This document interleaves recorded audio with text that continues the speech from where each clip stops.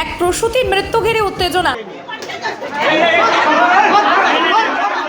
চিকিৎসার গাফিলতির অভিযোগ তুলে হাসপাতালে বিক্ষোভ চলাকালীন হাসপাতালে নিরাপত্তা রক্ষীকে মারধর। রবিবার আসানসোল জেলা হাসপাতালের ঘটনা। মৃতার নাম লাভলি গোয়েল। মৃতার পরিবারের অভিযোগ, শনিবার বিকালে প্রসূতি লাভলি গোয়েলকে আসানসোল জেলা হাসপাতালে ভর্তি করা হয়েছিল। চিকিৎসাধীন অবস্থায় রবিবার তার মৃত্যু হয়। মৃত্যুর খবর চাউর হতেই মৃতের পরিবার ও পরিজনরা ক্ষোভে ফেটে পড়েন। চিকিৎসার গাফিলতির অভিযোগ তুলে মৃতার পরিবারের সদস্যরা হাসপাতালে বিক্ষোভ দেখায়। এক নিরাপত্তা রক্ষীকে মারধর করা হয়। মৃতার পরিবারের দাবি, অবিলম্বে এই ঘটনায় অভিযুক্ত চিকিৎসক ও নার্সের বিরুদ্ধে ব্যবস্থা নিতে হবে। লাভলি গোয়েল আমার পিসির মেয়ে, বয়স তার 37, সে ভর্তি হয়েছিল বিকেলবেলা হসপিটালে।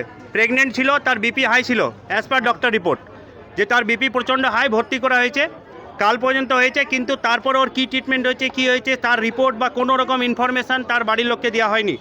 পেশেন্টের সাথে তার মা ছিল, মা বিহারের, বাংলা বুঝে না। ওর মাকে কী বলতো ওর মা বুঝতেই পারতো না। ওর মা যদি বলতো যে ওর হাজব্যান্ডকে ডাকি, বলতো কোনো দরকার নেই। কালকে নাইটে ওরা ওর মাকে দিয়ে কি বলেছে জানে না, ওর মা বুঝতেও পারেনি, সাইন করিয়ে নিয়েছে। সেই টাইমে ওর মা বলছে নাকি পেশেন্টের কন্ডিশন খুবই খারাপ ছিল। সেই মোমেন্টে ওরা সিজার করেছে, সিজার করার পরেও ওর হাজব্যান্ড জানে না। ঠিক আছে, হাজব্যান্ড ওকে তখন ঢুকতে চেয়েছে, হাজব্যান্ড বাইরে বসে আছে, ঢুকতে দেওয়া হয়নি। এমনকি সিজার হচ্ছে, তার আগে হাজব্যান্ডের একটা সিগনেচার দরকার বা হাজব্যান্ডের সঙ্গে কনসাল্ট করা দরকার। ওরা কিচ্ছু করেনি, শুধুমাত্র কি করেছে, ওরা নিজেদের মতন করে ট্রিটমেন্ট করে গেছে। সকালে পেশেন্টের কন্ডিশন অত্যন্ত খারাপ, মানে সিজারের পর থেকে কন্ডিশন খারাপ হয়েছিল যেমনভাবে ওর মা বলেছে, কিন্তু তখনও কোনো ডাক্তার আসেনি।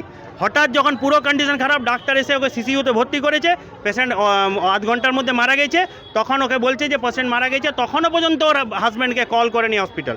তো এই যে গা ফেলতি স্বভাব, ওর হাজব্যান্ডের সঙ্গে কনসাল্ট না করে ওর ওয়াইফকে সোজা সবটা কোথায়, দে হ্যাভ কিল্ড হার। এখন ঘটলো এই যে এসে দেখলেন, এসে আমি কিছুই জানি না, এসব এসে ডিউটি ধরেছি, তারপরে শুনেছি। শোনার পরে আবার এই তো দেখি ওর মারলো। রাত্রে আমি ডিউটি ছিল না, আমি সে মর্নিংয়ে ডিউটি ধরেছি, কিছুই হয়নি।